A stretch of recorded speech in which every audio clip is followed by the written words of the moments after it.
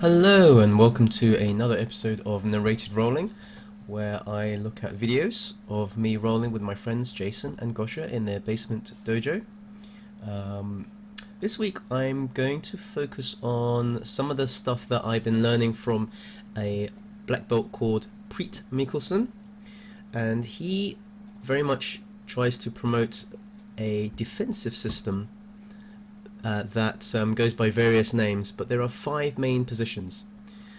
And I think in this sequence of videos I pretty much do all 5, and they are running man, the turtle position, the hawking, the baby bridge, and the panda.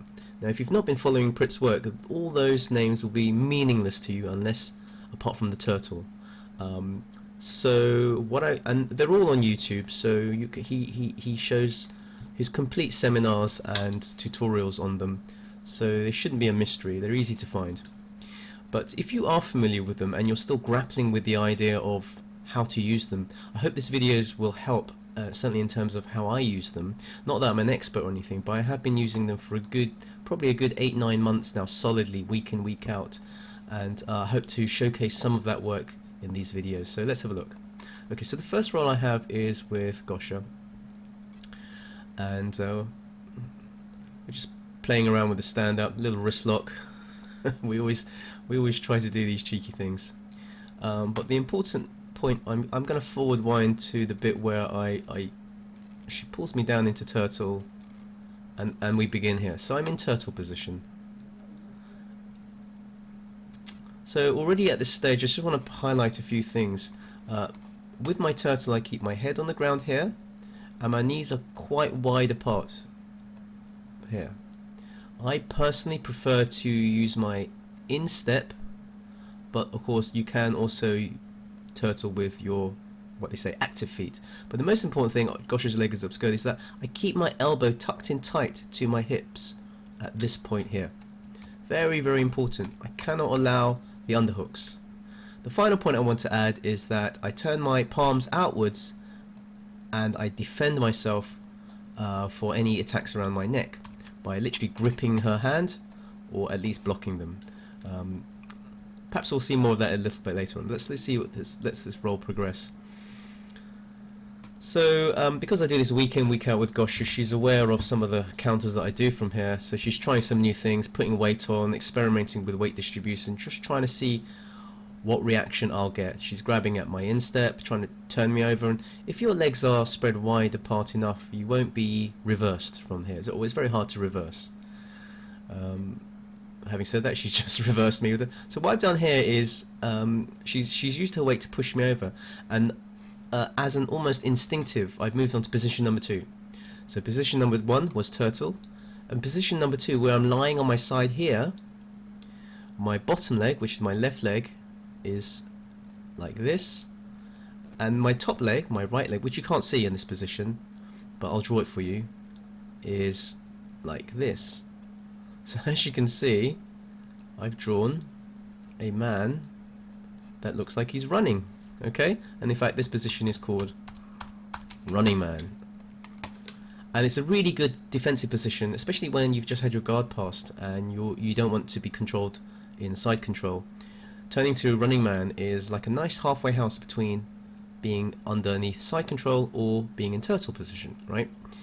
So this running man position, I'm keeping my elbows tucked very tightly, my forehead should be on the ground.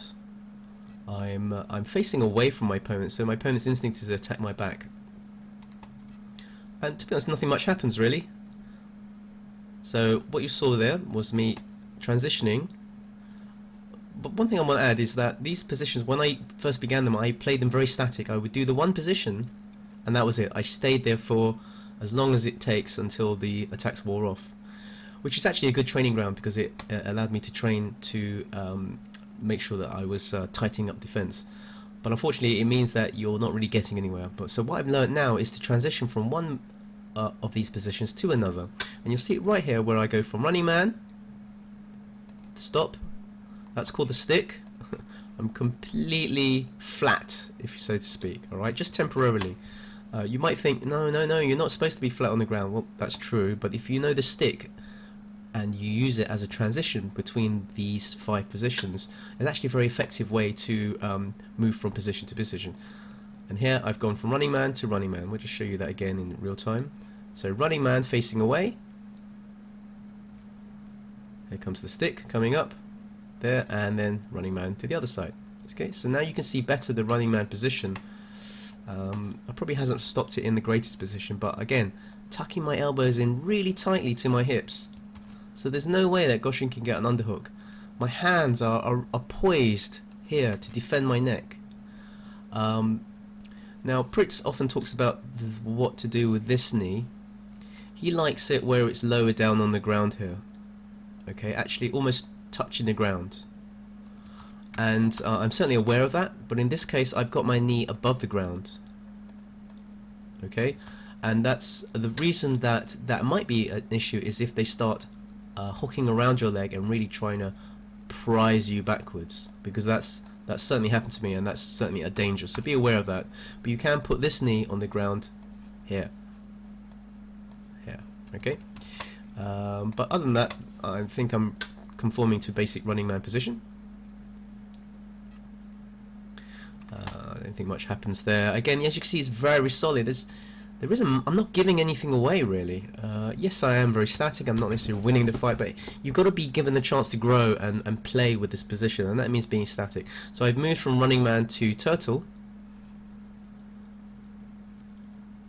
Now I am a little bit vulnerable here. I've left a little bit of a gap here underneath my arm. If you've seen my other videos, you'll know that I kind of use that as a little bit of a trap from my opponent, but gosh, she's not falling for it. She's more than aware. I keep my head on the ground, and look at that gap there. Prit will be very happy with me, because he often moans when I show him my videos that I leave too much of a gap between my bum and my heel here. I raise my hips too high, which basically is an entry point for attackers to start prising me open. But here everything's very, very flat, which is really nice. So see, I've improved on that area. Right, now I raise up. Now this is an interesting point. Now it might look I'm vulnerable, but when you're in turtle position, if you feel your opponent's weight has come off your shoulder line, okay, which she has, she kind of raised up, you can also raise up. And by raising myself up here, I have many options. I can transition to something else, sitting down on my bum, for example. Or I can put one foot on the ground and one arm on the ground, okay, as sort of, you know, like when you're starting at a 100-meter sprint. You can do that, and the purpose of that is I can explode out should I need to. Okay, I'm not sure, I can't remember what happens next, so you can see what I do from this, what they call the upright turtle. Here we go, fending off attacks to the head. I'm still sort of squished in this upright turtle. Again, I'm still observing the rules that Pritz often talks. You know, I try to keep the gap here as small as I can. I try to keep the gap here as small as I can. I try to keep this as base, as it were, very stable. Okay, so good. So observing the rules. As I say, this one is called upright turtle. Gosh, she's putting weight on. She's putting knee on. It's very frustrating to roll against someone who does that. I'm back into normal turtle. She's trying to prise open underneath my shin, but there's nothing there.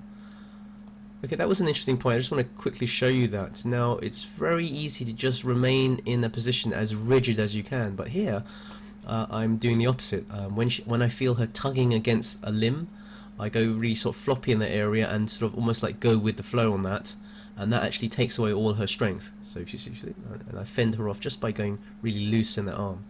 And then I start being rigid when I want to be. So with jiu-jitsu, you'll find that you can't always be hard all the time. You have to kind of be flexible in your body mechanics. There you go. I'm trying to bait her with that open elbow, but she's not falling for it. Yeah, I guess you could argue it's a little boring, but you know, you don't get to practice these defensive postures unless you actually try it. Now here's something interesting. I intentionally, because all Gosha's weight is on my shoulder line and on my head, I realize that my hips are free, so I can raise them upwards. Okay. The only reason I'm doing that is because just to play around, just to see what happens, see if she takes the bait, make something happen. There you go. And I'm actually on my head. I think this is a wrestling move where, like, I don't know what this is, where they do neck exercises. you know, I've never tried it myself. This is the first time I tried this position, but I'm in this nice triangle here. Gosh's weight is only on this side here, which leaves this side completely free. And when you have that side free, my feet can run around this way or that way. So I have freedom of mobility, and my head is just the pinpoint here. So it's kind of like I can move around. That's the idea with that particular position, should I want to. And plus, I am still observing the rules of the turtle and the running man. Is keeping my elbows tight and not allowing underhooks. That's very, very important. So here we go. Just some shenanigans, really. Just experimenting. Back to turtle, not giving anything away. Or if I am, it's a bait. It's a trap that I want her to have. Like, look at my elbow. So she manages to pull me over, and then we actually get a sweep out of it. So I can't remember. Let's see what happens here. So I think I just roll. Ah, there we go. That's what I roll, but I've trapped her arm. I've trapped her arm here. So I've trapped her arm here. Yeah. And she can't get the arm out, so when I roll, she rolls with me, and if you time it right, you get the better of it and you come up on top, which is what happens there. And that's that. Okay, so I just wanted to show you those items where so far in that roll I used running man, I used turtle a lot, and I used some upright turtle. Okay, those are the three that I used, and oh yeah, and the stick. Alright, and there's many more to come, so I'll show you one more video. I'll just pause it there. I'll show you one more video where I use a lot more of Prit's defensive postures. There are 5 main postures, but there are probably about another 5 interim postures. Okay, the stick is, and the upright turtle being interim postures. I'll write all these down in the description anyway, so you can see, and I'll put links to where you can learn more about this. Let's just pause it there and I'll show you another video. Hello and welcome back to the next video. And in this video I am rolling with Jason. We're going to start it where Jason has just pulled past my guard, or is about to pass my guard, and you can see me flailing with my legs in the white gi here. Let's see what happens. So here I am, he's got good grips, he's about to take side control, but already I am trying to fashion what we call a hawking position, which is where I'm facing him, and I'm tucking my inner, you can't see it, but my inner elbows tucked in very tightly to my hips, again observing the same rule set as you saw earlier with the turtle and the running man. And I haven't quite got my leg position perfect, I think because he's holding it, but ideally I want this leg with the knee up to the ceiling and the foot on the ground to observe proper hawking.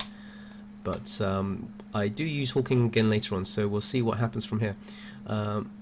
Yeah, I'm worried that he's going to take mount or very dominant side control. He does indeed take mount, but I get out of it and I go to turtle.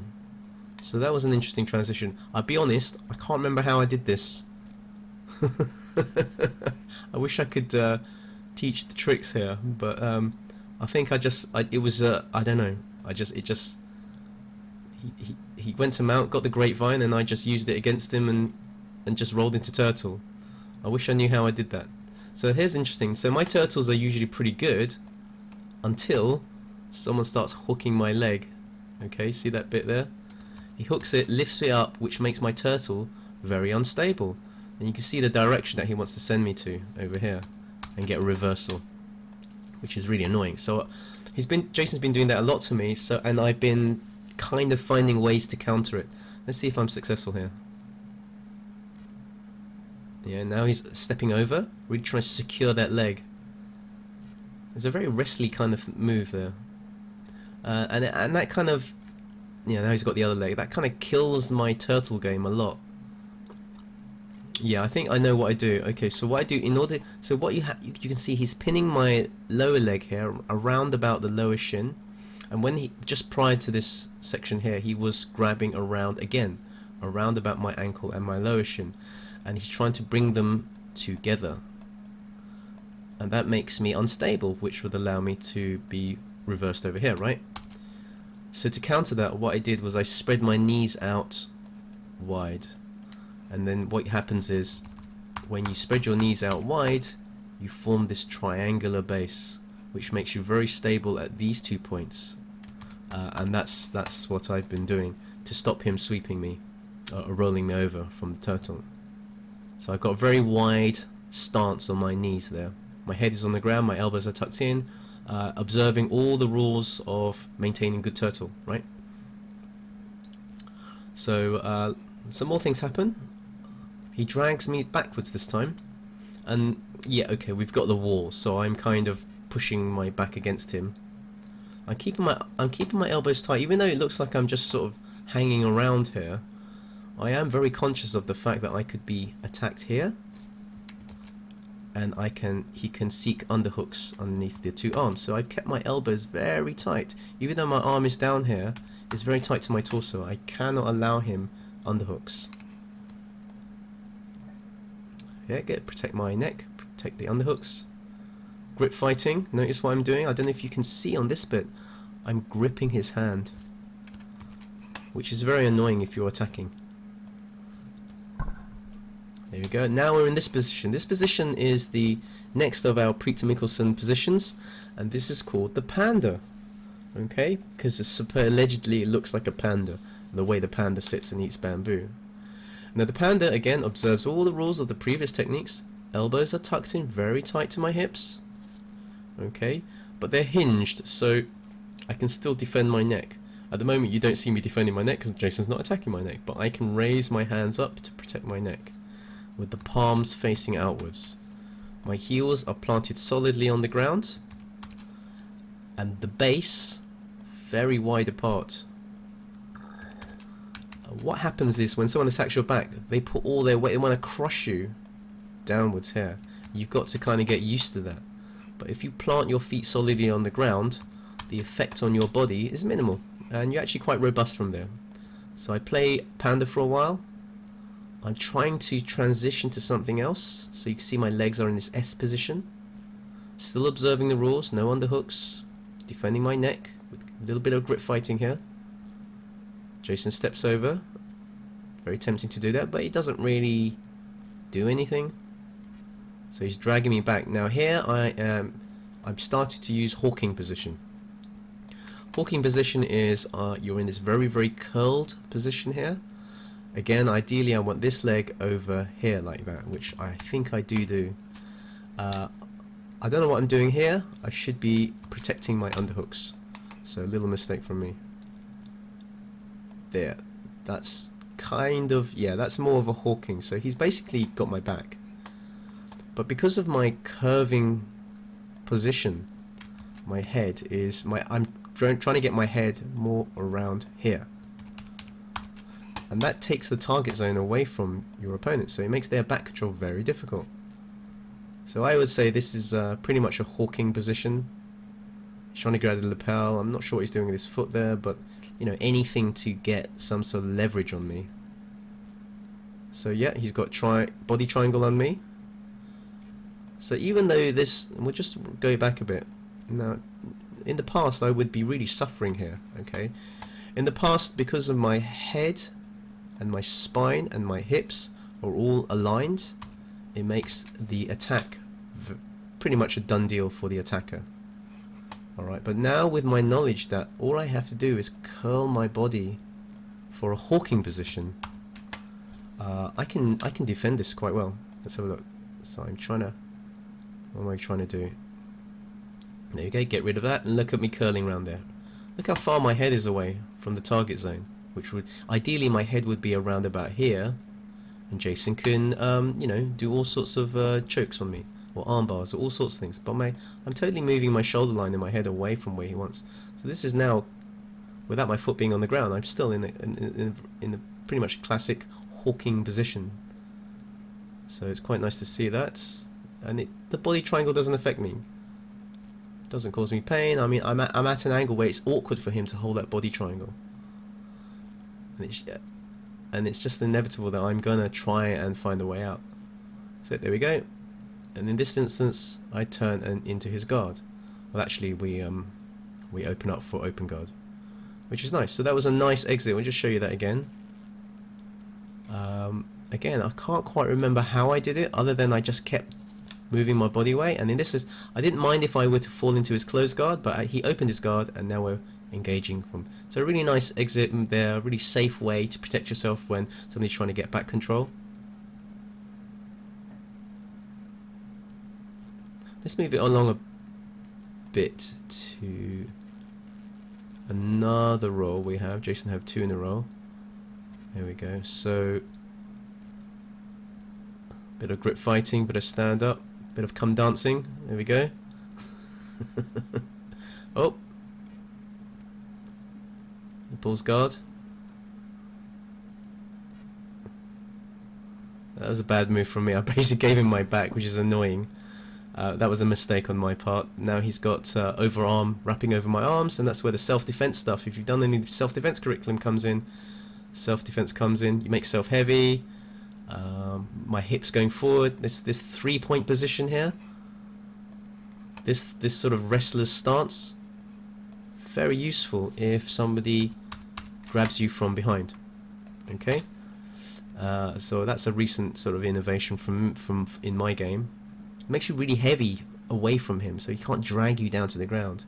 So now it's a matter of getting rid of his grips, stripping his grips, and setting myself free. None of this is part of the Prit system, really. It's just basic wrestly, grapply, standing up stuff. But there'll be a little bit more Prit position work. Actually, I'm in turtles, so that's kind of Prit position here. Let's see if anything more. Yeah, no, I mean, trying to invert. So one of the things you can do, very interesting, from any of these positions, whether it's running man, turtle, hawking, maybe not baby bridge, is that you can invert. And I'm not talking about like crazy complete Ryan Hall style inversions. It's just basically choosing to move your hip line into your opponent and moving your head away from him. That's what I mean by inversion. And you're not completely upside down, but it's just changing the expected movement, which is where you would normally shrimp or move away from your opponent, your hips away, whereas actually I'm bringing my hips towards. So we'll see what I try and do. I was trying to invert here, so yeah, so you'll see it. I'm in turtle, and you see I'm raising my hips up, and I'm trying to spin round. I'm not doing it greatly, but ultimately what a good successful inversion would be, see my hips here? They kind of stay here, but they rotate around in this way. So when they rotate around, my leg goes around here, and this leg goes around here, and then you can sort of play open guard. Right, that would be a good way to invert. But I'm kind of stuck here. He knows I'm trying to invert. Not the end of the world. I'm still robustly defending my guard. And yeah, we're kind of, the wall slightly hampers us a little bit. Let's see what else happens. Oh yeah, okay. So he's kind of like passing my guard here. Yeah, so he's passed my guard and he's got me in some sort of cradle. Can't quite see what he's got. He's got a head and a leg, which stops me from doing any of the positions. So this is really interesting. So this is a real a new thing from Jason. So he's got leg and head control, and that makes it very hard for me to do any of the positions like hawking, running man, turtle, panda. Alright, but doesn't stop it entirely. I'm still very much aware of that he needs an underhook, and he still needs to have my neck to finish me off, right? He's going to have to go for it at some point. So it's he is dominating, he is attacking, which is a good thing, of course, but he's not getting what he wants. Here we go. Now we're going to turtle. So, you know, the turtle is always there for you. He hasn't got, he's fishing for the underhook, can't quite get it. He does have a grip, but I'm holding on to his hand. You see? I'll just show you that again. It looks like he is got a lapel grip, but it's not. I'm holding on to him, which again, it's frustrating for him. See that grip there? That's me holding on to him. And you need to do that. That's all part of the grip fighting game when you're using these positions. Let's see if I do anything from here. Because his weight is off me, sometimes I just sort of burst out of there. But possibly not in this case. I do have other videos where he's in a similar position and I just sort of stand up. See what happens. Yeah, he's trying to fish for stuff. I mean, it's very, when you get used to playing Turtle and Running Man and Hawking, you put 3 or 4, chain 2, 3, 4 of these together. It's incredibly annoying for the attacker. You just cannot get anything. You can't get strangles, you can't get joint attacks, you can't get anything. So here it looks like he's got a very strong grip on around my shoulder line here. But you know, again, you need 2 hands to finish off strangles.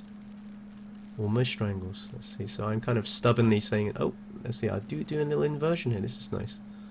So here I am. Here I am. It's just a waiting game. You've got to be patient when you're doing these things. There we go. I invert and play guard. So that's what I did. And then we're back up. And then crazy scramble. I'm not sure I came out on top on this one. Anyway, that's all I wanted to show. In those 3 rounds, I showed you my Running Man, my Turtle, my Hawking, my Panda, my Upright Turtle, the Stick, which is the movement in between many of these things. And I'm sure in there somewhere there was a baby bridge. I wrote it down in my notes, but I didn't highlight it. So I'll try and find another video at another point where I show how I used baby bridge. And basically those are the 5 main positions that Preet encourages us to learn to get really good with the defensive system. And I really believe that it works, and it certainly has worked for me. If you catch me, like say 18 months ago, before I started learning this and I filmed all my roles, you would definitely see me tapping a lot more to a lot of the attacks that Jason and Gosh are putting together on me. Okay, so thank you for watching. I'm sorry it's a very long video, but there's a lot to cover, and I'll put some links in my description as to where to learn more about this defensive methodology, this defensive BJJ stuff that I've been a big fan of for quite a long time now. Thanks a lot. Bye.